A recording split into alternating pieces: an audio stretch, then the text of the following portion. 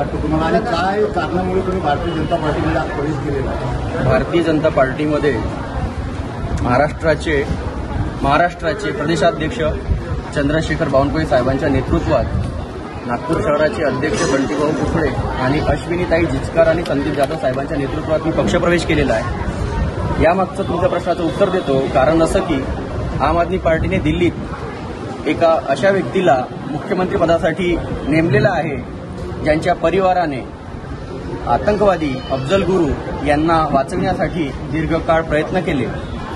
Even त्यांनी त्यांची फाशीची शिक्षा वाचविण्याकरता माननीय राष्ट्रपती साहेबांकडे याचिका दाखल केली होती, दया याचिका. आई वडील जे आहेत अतिशय मार्लेना यांचे ते वामपंथी विचाराचे असून त्यांना त्या प्रेरणेने ते पुढे आलेले आहेत.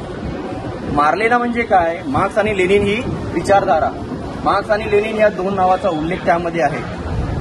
या विचारधारेने जर आपण मुख्यमंत्री पदासाठी नेमतो आहे त्यावर माझी तीव्र नाराजी व्यक्त करीत माझा कोषाध्यक्ष आणि प्रवक्ता या पदावरून आम आदमी पार्टीतून मी राजीनामा देतो आहे.